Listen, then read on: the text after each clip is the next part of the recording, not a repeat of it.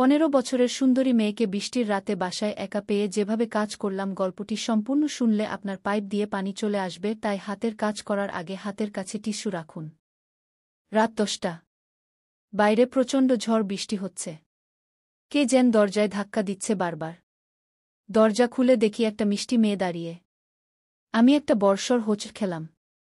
এমন ঝড় বৃষ্টির রাতে এত সুন্দর একটা মেয়ে কোত্থেকে এসে হাজির হল। মেয়েটি আমাকে ঠেলে সরিয়ে দিয়ে ঘরের ভিতরে ঢুকে পড়ল। আমি অবাক হয়ে তাকিয়ে দেখছি শুধু। মেয়েটি ঠান্ডায় ঠকঠক করে কাঁপছিল। নিশ্চয়ই অনেকক্ষণ ধরে বৃষ্টিতে ভিজছিল। আমি দরজা লাগিয়ে দিয়ে মেয়েটিকে বললাম, আপনি কে? কোত্থেকে আসলেন? পরে বলবো। আগে একটা তোয়ালে দিন। আমার ভীষণ ঠান্ডা লাগছে। আর আপনার বাসার মেয়ে লোকদের ডাকুন প্লিজ। বাসায় কোনো মেয়েলোক নেই। ইভেন আমি ছাড়া আর কেউই নেই এ বাড়িতে। একথা শুনে মেয়েটি একটু চমকে উঠল। খানিকটা ভয় ফুটে উঠল চেহারায়। আমি বললাম, ভয়ের কিছু নেই। আপনি দাঁড়ান, আমি তোয়ালে এনে দিচ্ছি।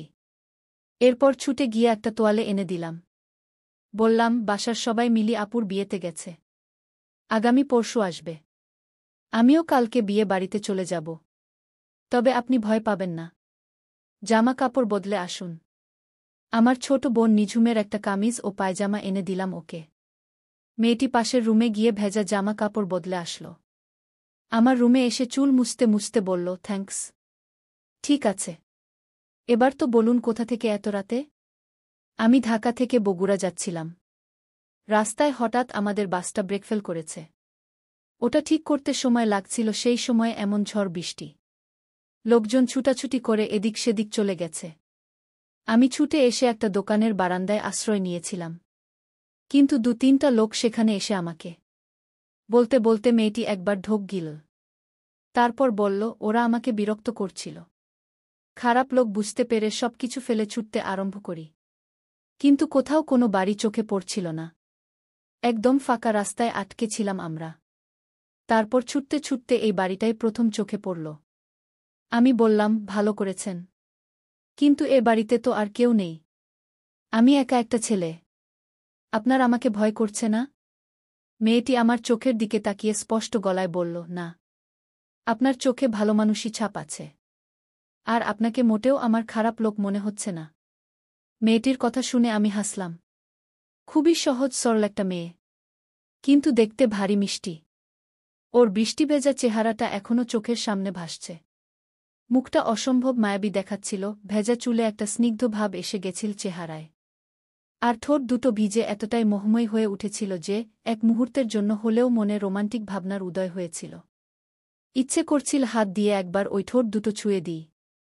মেয়েটির কথা শুনে চমকে উঠলাম। ও বলল, আপনাকে কি বিরক্ত করলাম? আরে না। বিপদে মানুষই তো মানুষের পাশে দাঁড়াবে, তাই না? হুম। আপনি খুবই ভালো মানুষ। কথাটা বলেই মেয়েটি আমার দিকে তাকিয়ে রইল। আমি আবারও হাসলাম। চোখাচোখি হতেই বুকের ভিতরটা ধুকপুক করে উঠল। অনেক স্নিগ্ধ দেখাচ্ছে ওকে। ও বলল, আমি দুঃখিত। আরে এতে দুঃখিত হওয়ার কিছু নেই। আমি ভাবছি আপনাকে কি খেতে দেই? আমি তো হোটেলে খেয়ে এসেছি। বাসায় কোনো খাবার নেই। থাক, লাগবে না। আশ্রয় পেয়েছি এটাই অনেক। এরপর মেয়েটা চুপচাপ আমার বিছানায় বসে রইল। আমি কি করব বুঝতে পারলাম না। ওকে একা রেখে অন্য ঘরে গিয়ে ঘুমিয়ে পড়ব? কিন্তু আমার তো ইচ্ছে করছে এখানেই সারারাত বসে ওকে দেখি। এমন সুন্দরী একটা মেয়ে নিজের ঘরে এসে দাঁড়ালে কি আর ঘর ছাড়তে ইচ্ছে হয়? ও বলল, আপনি গিয়ে ঘুমাতে পারেন। আপনার কষ্ট হচ্ছে? একদম না। আমার বেশ ভালো লাগছে। ভালো লাগছে কেন? জানি না। বলেই হাসলাম।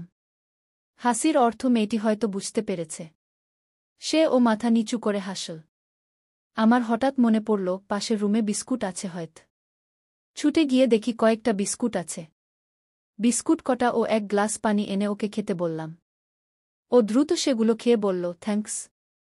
অনেক উপকার করলেন। বড্ড খিদে পেয়েছিল। It's okay. আপনি কি ঘুমাবেন? হ্যাঁ। একটু চেষ্টা করি ঘুমানোর। খুব ঠান্ডা লেগেছিল তো। আমি মাথা ঝাঁকিয়ে বললাম, ওকে। আপনি তাহলে ঘুমান। আমি পাশের রুমে গিয়ে ঘুমিয়ে পড়ছি। মেয়েটিকে ও রুমে রেখে অন্য রুমে এসে শুয়ে পড়লাম। বিদ্যুৎ চলে গেছে, সৌরবিদ্যুতের আলো জ্বলছিল। এ ঘরে লাইট জ্বালাইনি।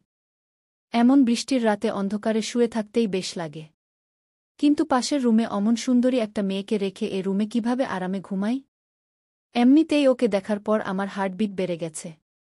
তার উপর মেয়েটা অনেক ফ্রেন্ডলি। হাজার চাইলেও এ রাতে আর ঘুম আসবে না। চুপচাপ শুয়ে শুয়ে অনেক কিছু ভাবছি। বারবার মেয়েটির ভেজা চুল আর স্নিগ্ধ মুখের দৃশ্য চোখে ভেসে উঠছে। কিছুতেই স্থির থাকতে পারছি না। চরম অস্থিরতা কাজ করছে। এভাবে কতক্ষণ চুপচাপ শুয়ে থাকা যায়? এমন সময় মেয়েটির গলা শুনতে পেলাম। ও এ ঘরের দরজায় এসে দাঁড়িয়েছে। বলল, আপনি কি ঘুমাচ্ছেন?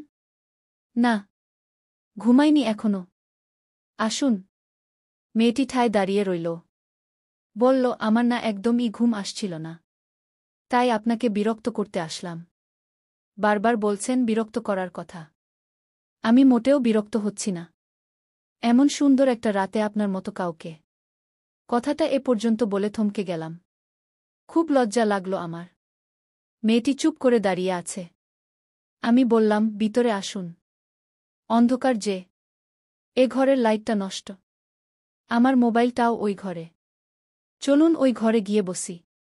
না, এ ঘরেই বসে গল্প করব। আমার অন্ধকারে বসে গল্প করতে খুব ভালো লাগে। মেয়েটি হাতরে হাতরে রুমে ঢুকল। তারপর বিছানার দিকে এগোতে লাগল।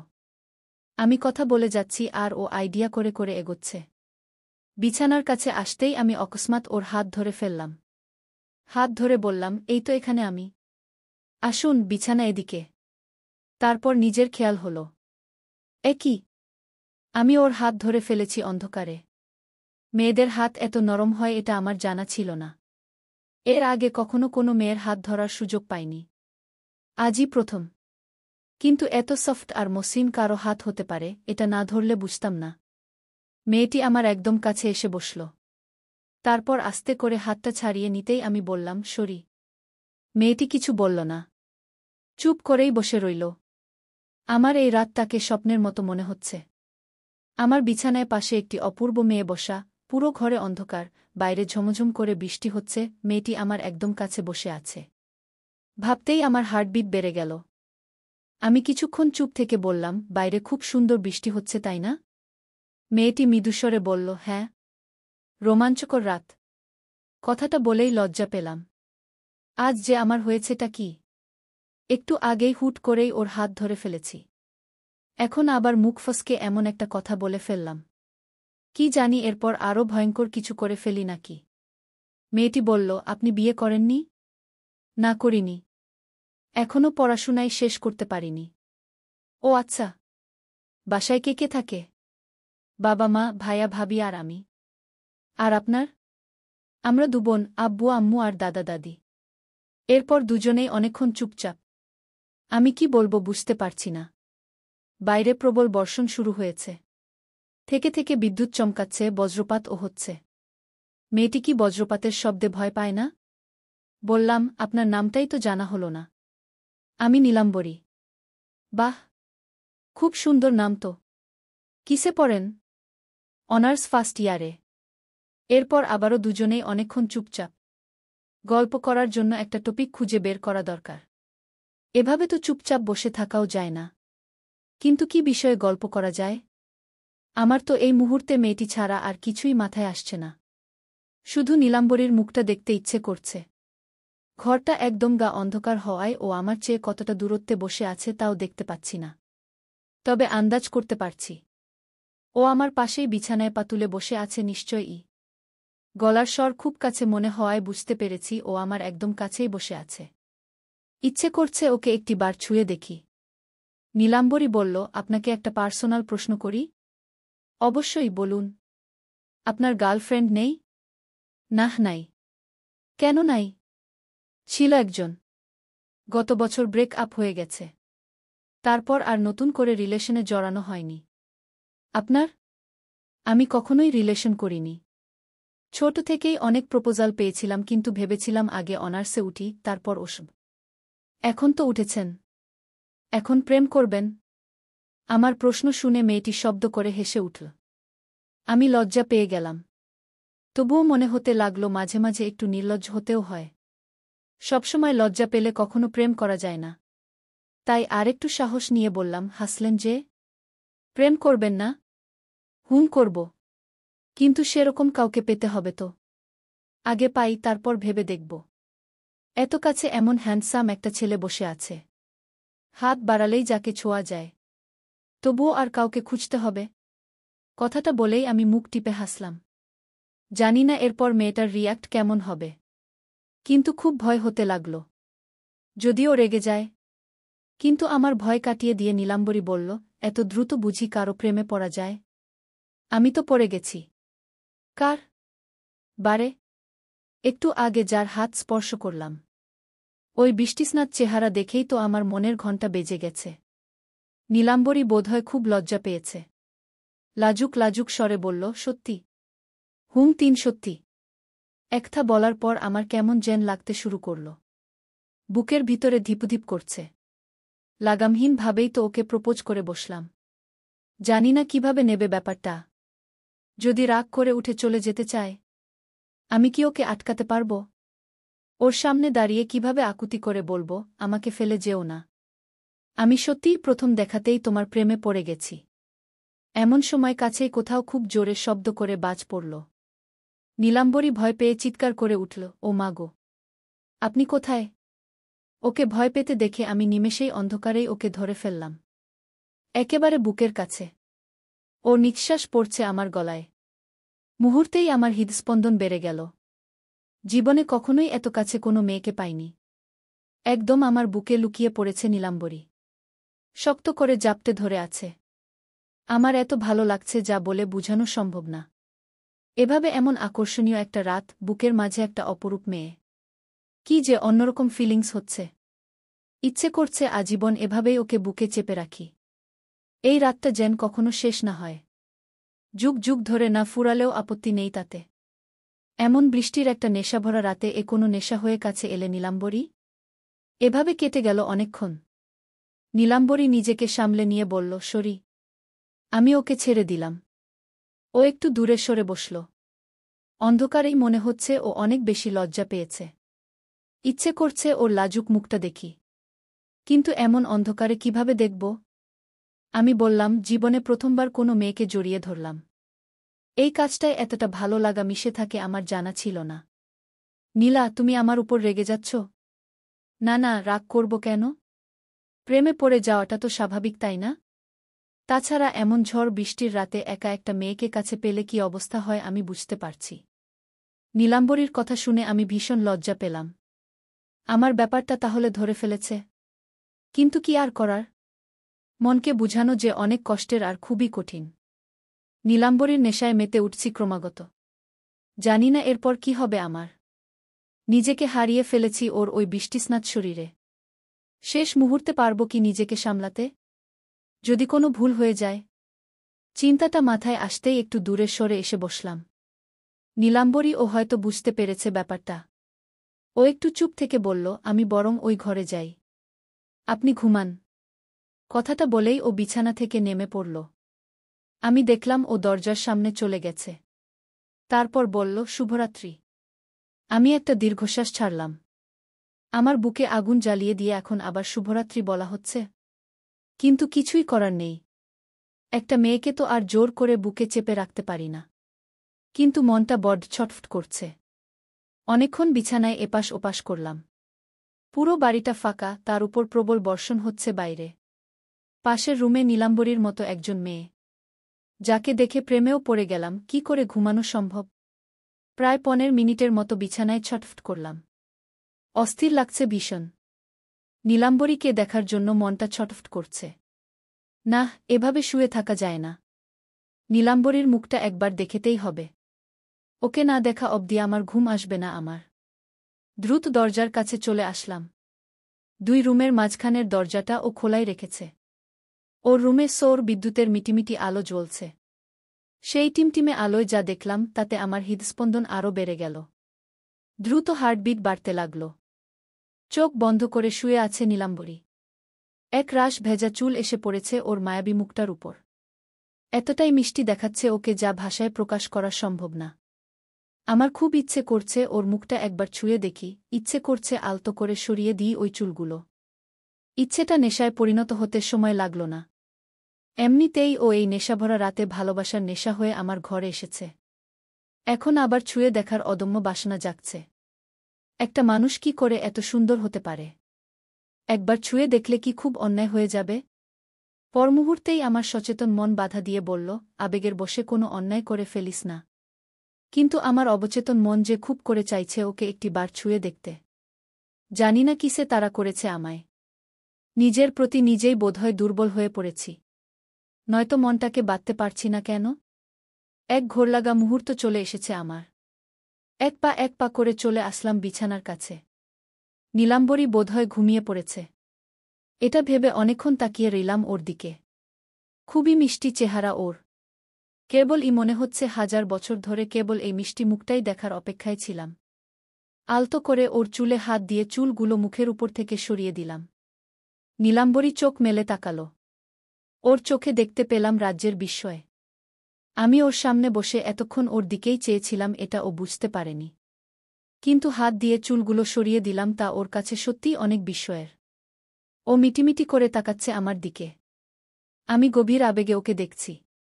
ইচ্ছে করছে সারা জীবন এভাবে চেয়ে থেকে কাটিয়ে দিই। ওর দিকে তাকিয়ে সবকিছুই সহ্য করতে পারব আমি। এমন সুখ আর কিছুতেও পাব না। যখন নিষ্পলকভাবে চেয়ে চেয়ে এসব ভাবছি, নীলাম্বরী বলল, আপনি? আমি ঘোরের মাঝেই বললাম, তোমাকে সারাক্ষণ দেখতে ইচ্ছে করছে। জানি না এই কয়েক মুহূর্তেই কি মায়ায় জড়িয়ে ফেলেছ আমায়। আমি একা ও ঘরে ঘুমাতে পারছি না। ইচ্ছে করছে তোমার পাশেই বসে থাকি আর তোমায় দেখি। নীলাম্বরী উঠে বিছানায় হেলান দিয়ে বসল। আমি এখন ওর একদম সামনাসামনি। আমার বুকের ভিতরে দ্রুত কাঁপুনি হচ্ছে। হার্টবিট এত জোরে হচ্ছে বুঝি আরেকটু হলেই ফেটে যাবে। ঘরের আলো ধীরে ধীরে কমে আসতে শুরু করেছে। নীলাম্বরী বলল, এ কি? আলো হঠাৎ কমে গেল কেন? সোলার প্যানেল তো। বোধহয় চার্জ শেষের দিকে। যদি চার্জ শেষ হয়ে যায়, তাহলে কি অন্ধকারেই বসে থাকব? এখনও তো পুরো রাতটাই বাকি। আমি বললাম, ফোনের টর্চ জ্বালিয়ে রাখ, ভয় পেও না। আর আমাকে ভয় পাওয়ার দরকার নাই। নীলাম্বরী হেসে বলল, আপনাকে ভয় পাব কেন? আপনি কি বাঘ না ভাল্লুক? বলেই খিলখিল করে হাসতে লাগল। আমি হেসে বললাম, বাঘের চেয়েও আমাকে বেশি ভয় পাওয়া উচিত। বাব্বাহ, আপনি এতই ভয়ঙ্কর। আমার তো মোটেও ভয় লাগছে না। বরং ইচ্ছে করছে বাঘটাকে কামড়ে দিই। কি বললা? নীলাম্বরী জিহ্বায় কামড় দিয়ে বলল, সরি। অন্য কিছু মনে করবেন না প্লিজ। আমি মজা করে বললাম, বাঘ তো মানুষকে কামড়ায়। আমি তো বাঘকে ভয় পাই না, তাই আমি বাঘকে কামড়ে দিতে পারব। মাইন্ড করবেন না প্লিজ। আমি হেসে বললাম, ঠিক আছে, ব্যাপার না। ঘরের আলো আরও একটু কমে এসেছে। এখন আবছা অন্ধকারে নীলাম্বরীকে আরও বেশি মায়াবী লাগছে। আমার হৃদস্পন্দন এত জোরে হচ্ছে, ঝড় বৃষ্টি না হলে হয়তো নীলাম্বরী শুনতে পেত সে শব্দ। আবছা অন্ধকারে বসে দুজন দুজনের দিকে তাকিয়ে কথা বলছি। এক একটা শব্দ অন্যরকম ভালো লাগা হয়ে কানে বাজছে।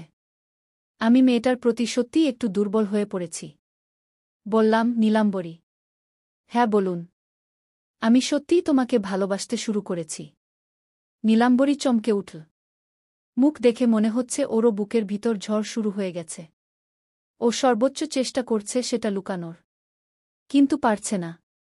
লজ্জায় লাল হয়ে উঠল। আমি বললাম, আমাকে কি ভালো লাগছে না? নীলাম্বরী একটু চুপ থেকে বলল, আপনি অনেক ভালো ছেলে। কিন্তু কিন্তু কি? এভাবে কি ভালোবাসা হয়? ভালোবাসা কিভাবে হয় নীলাম্বরী? এমন মায়াবী এক রাতে অদ্ভুত মায়া হয়ে তুমি আমার ঘরে এলে। তোমাকে ভালোবেসে কি ভুল করলাম আমি? না। কিন্তু তবুও কি? আমার উপর বিশ্বাস পাচ্ছ না? পাচ্ছি, কিন্তু ব্যাপারটা কেমন যেন লাগছে। এভাবে হঠাৎ দেখায় কি প্রেম হয়? অনেকেরই হয়। প্রেম এমন একটা জিনিস যা 1 বছর সময় নিয়েও হতে পারে, আবার 1 সেকেন্ডেও হতে পারে। Really I love you Nilambari. Nilambari আমার দিকে তাকিয়ে আছে অবাক হয়ে। ঘরটা প্রায় অন্ধকার হয়ে গেছে। আলো নিভে গেছে প্রায়। ঝাপসা আলোয় ওর মুখে এক উত্তেজনা দেখছি আমি। ও আস্তে আস্তে বলল, আমি কখনো কাউকে ভালোবাসিনি। যদি আমাকে ছেড়ে চলে যান? পাগল হয়েছ? আমাকে বুঝতে পারছ না তুমি? তোমার নেশায় মাতাল হওয়া এই ছেলেটা কিছুতেই তোমাকে ছাড়তে পারবে না। আর ছাড়লেও এ বাড়ির দরজা তোমার জন্য খোলা থাকল। নিজে এসে নিজ হাতে আমাকে খুন করে যেও। নীলাম্বরী করুণ গলায় বলল, এভাবে বলবেন না প্লিজ। সত্যি কথা বলতে আমারও আপনাকে ভালো লেগেছে।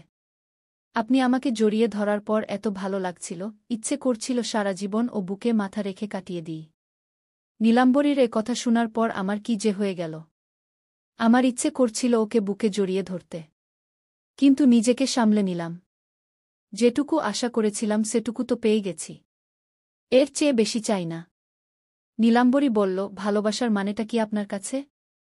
অনুভূতি, বিশ্বাস, পাশে থাকা আর একে অপরকে ভালো রাখা। এই যে আপনি আমাকে ভালোবেসে ফেলেছেন, আপনার কি আমাকে বিশ্বাস হচ্ছে? কেন হবে না? তোমাকে যথেষ্ট ভালো মানুষ মনে হচ্ছে। মনে হওয়া আর হওয়ার মাঝে একটা পার্থক্য আছে। আমি বাইরে ভালো ব্যবহার করছি, কিন্তু সত্যিকার অর্থে আমি মেয়েটা ভালো নাও হতে পারি। সেটা বিশ্বাস করা কঠিন হবে। কারণ তোমার মায়াবী মুখে একটা পবিত্রতার ছাপ আছে। তোমাকে অবিশ্বাস করা যায় না। নীলাম্বরী হেসে বলল, ভালো বলেছেন। কিন্তু আপনাকে বিশ্বাস করতে তো আমার একটু হলেও কষ্ট হচ্ছে। অবিশ্বাস করার মতো কিছু করেছি কি? হয়তো বা। নীলাম্বরীর একটা শুনে আমার মুখ শুকিয়ে গেল ভয়ে। নিজের অজান্তেই তো অনেক কিছুই করলাম। লুকিয়ে লুকিয়ে ওকে দেখলাম, মুখের উপর থেকে চুল সরিয়ে দিলাম। কোনো কাজ হয়তো ওর কাছে বাড়াবাড়ি ও মনে হতে পারে। লজ্জিত মুখে বললাম, যদি সত্যিই সেরকম কিছু করে থাকি তাহলে আমি সরি নীলাম্বরী। কিন্তু এটুকু বলতে পারি, তুমি আমাকে বিশ্বাস করতে পারো।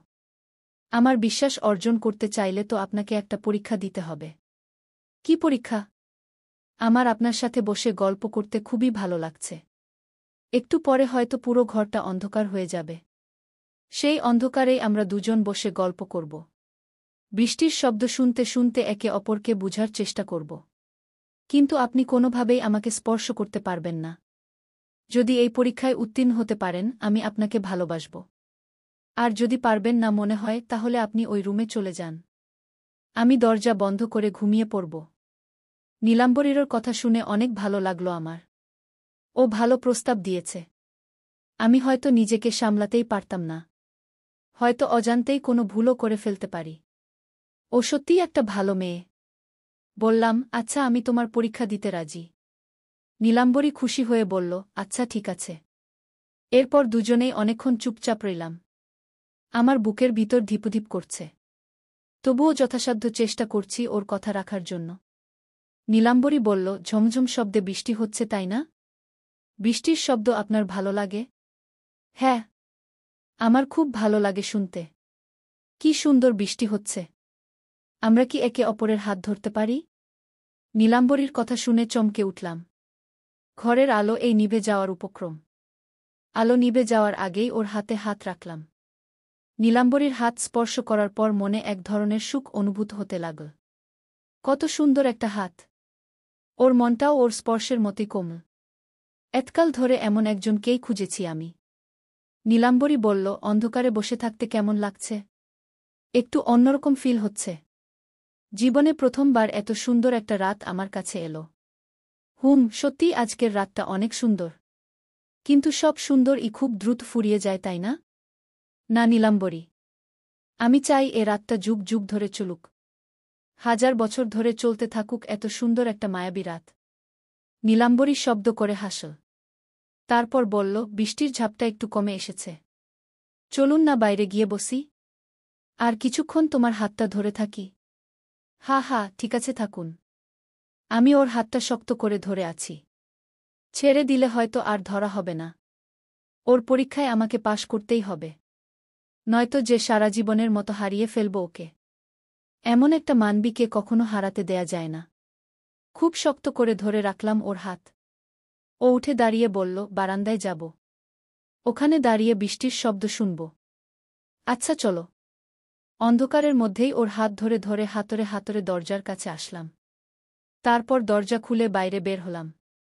যদিও খুব বৃষ্টি হচ্ছে, তবুও বাইরে তত বেশি অন্ধকার নেই। বেশ পরিষ্কার বৃষ্টি দেখা যাচ্ছে। ঝমঝম শব্দে বৃষ্টির ফোঁটা পড়ছে টিনের চালে। নীলাম্বরী আমার হাত ছেড়ে দিয়ে বারান্দায় দাঁড়িয়ে বৃষ্টিতে হাত ভেজাতে লাগল। আমিও গিয়ে ওর পাশে দাঁড়ালাম। বৃষ্টির পানি ধরার চেষ্টা করলাম। নীলাম্বরী কয়েক ফোঁটা পানি আমার গায়ে ছিটিয়ে দিল। আমিও একই কাজ করলাম। বেশ কিছুক্ষণ ধরে চল এই খেলা। দুজনে দুজনের গায়ে পানি ছিটিয়ে দিতে লাগলাম। নীলাম্বরী হঠাৎ ছুটে নিচে নেমে গেল। আমিনায় দাঁড়িয়ে বৃষ্টিতে ভিজতে লাগল। আমি ঝাপসা আলো আধারিতে ওকে ভিজতে দেখছি। মেয়ে মানুষকে ভিজতে দেখলে এত ভালো লাগা কাজ করে আমার জানা ছিল না। ও রীতিমত নেচে নেচে বৃষ্টিতে ভিজছে। আমারও ইচ্ছে করল ওর সাথে বৃষ্টিতে ভিজি। আমিও বারান্দা থেকে নেমে ওর পাশে গিয়ে দাঁড়ালাম। ওর দিকে তাকিয়ে ভিজতে লাগলাম আপনমনে। প্রিয়জনের সাথে ভিজতে এত ভালো লাগে আজই প্রথম উপলব্ধি করলাম। নীলাম্বরী ঘুরে ঘুরে নাচছে আর ভিজছে। আর আমি অবাক হয়ে ওকে দেখছি। নীলাম্বরী বলল, কেমন লাগছে ভিজতে? খুবই ভালো। তুমি কেন এলে বলো তো? এই ছন্নছাড়া ছেলেটার জীবনে এ কোনো ভালো লাগা হয়ে এলে? শুধুই ভালো লাগা? না, ভালোবাসা। নীলাম্বরী আবারও পানি ছিটাতে লাগল আমার দিকে। আমি আনন্দে আত্মহারা হয়ে যাচ্ছি। নিজেকে হারিয়ে ফেলছি কোনো এক অচেনা জগতে। যে জগতে আর কেউ নেই, শুধুই নীলাম্বরী। রাশি রাশি মেঘ উড়ে চলেছে আমার আকাশে। নীলাম্বরী চাইলেই সে মেঘ বৃষ্টি হয়ে ঝরবে। ভালোবাসায় মুখরিত হয়ে থাকব দুজনে। আমি নিজের অজান্তেই গান গাইতে শুরু করেছি। তুমি চাইলে বৃষ্টি, মেঘও ছিল রাজি। অপেক্ষা শুধুই বর্ষণের। নীলাম্বরী হেসে হাত বাড়িয়ে দিল। আমি ওর হাত স্পর্শ করে ওর দিকে চেয়ে রইলাম। একে অপরের দিকে তাকিয়ে আছি এই ঘোর বর্ষায়। অনেকক্ষণ ধরে ভিজলাম দুজনে। এর চেয়ে বেশিক্ষণ ভিজলে অসুখ করবে। তাই নীলাম্বরীকে নিয়ে দ্রুত রুমে আসলাম। ফোনের টর্চ জ্বালিয়ে ওকে দিয়ে বললাম, ওই ঘরে গিয়ে জামা বদলে আসো। কাপড়ের তাকে আমার বোনের জামা রাখা আছে। নীলাম্বরী ফোনটা নিয়ে পাশের রুমে চলে গেল। আমি অন্ধকারেই খুঁজে খুঁজে একটা প্যান্ট পেয়ে গেলাম। ভেজা প্যান্টটা বদলে আমার প্যান্টটা পরতে যাব এমন সময় নীলাম্বরী রুমে ঢুকল। আমাকে দেখে চেঁচিয়ে উঠে আবারও দৌড়ে ওই ঘরে গেল। সর্বনাশ! কিছু দেখে ফেলেছে নাকি? আমি লজ্জা পেয়ে দ্রুত প্যান্ট পরে নিয়ে ওকে ডাকলাম। ও টর্চ নিভিয়ে আমার সামনে এসে বলল, সরি। এত তাড়াতাড়ি তোমার চেঞ্জ করা হয়ে গেল? না মানে তোয়ালেটা এ ঘরে রাখা ছিল, সেটাই নিতে এসেছিলাম। কিন্তু আপনি যে ওভাবে সবকিছু খুলে জামা বদলাবেন সেটা ভাবিনি। আমি লজ্জা পেয়ে গেলাম। এখনও প্যান্ট পরে খালি গায়ে আছি। দ্রুত একটা শার্ট গায়ে দিয়ে বললাম, সরি। আমি ভেবেছিলাম তোমার চেঞ্জ করতে অনেক সময় লাগবে। সেই সুযোগে পোশাকটা বদলে ফেলি। It's okay. আমি কিছু দেখিনি। বলেই মুখ টিপে হাসল। আমি অবাক হয়ে বললাম, সত্যি তো? হ্যাঁ, সত্যি। আমি শুধু বুঝতে পেরেছি আপনি কাপড় বদলাচ্ছেন। কিন্তু সত্যি বলছি, কিছু দেখিনি। যাক বাবা, বাঁচা গেল। আমার কথা শুনে নীলাম্বরী হেসেই কুটিকুটি। তারপর বলল, এখন কি টর্চ জ্বালাতে পারি? হ্যাঁ, পারো। ঘরে কি চাপাতি, চিনি আছে? হ্যাঁ, আছে। চা বানাই? খুবই ভালো প্রস্তাব। চলো এক কাপ চা খাওয়া যাক। নীলাম্বরী ফোনটা আমার হাতে দিয়ে বলল, আমাকে রান্নাঘরে নিয়ে চলুন।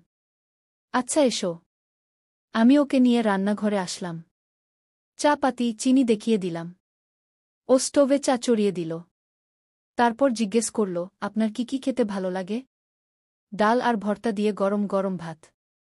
বাহ, খুবই ভালো খাবার। আর তোমার? আমার বিরিয়ানি খুব পছন্দের।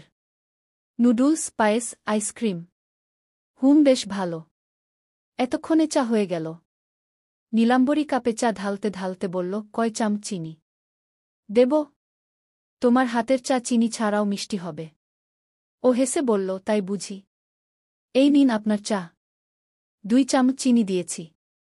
আমি চায়ের কাপ হাতে নিয়ে চুমুক দিয়ে বললাম, বেশ হয়েছে। ভালো চা বানাতে পারো দেখছি। আমার মনে হচ্ছে কি জানেন? কি? আমরা বোধহয় অনেক বছর ধরে সংসার করছি। বলেই হাসতে লাগল। আমারও হাসি পেয়ে গেল। হাসতে হাসতে চা খেতে লাগলাম। ও নিজের কাপটা হাতে নিয়ে অন্য রুমের দিকে পা বাড়াল। আমিও আসলাম ওর পিছু পিছু। ও বারান্দায় রাখা বেতের চেয়ারে বসে চা খেতে লাগল। আমিও পাশের চেয়ারে বসে পড়লাম।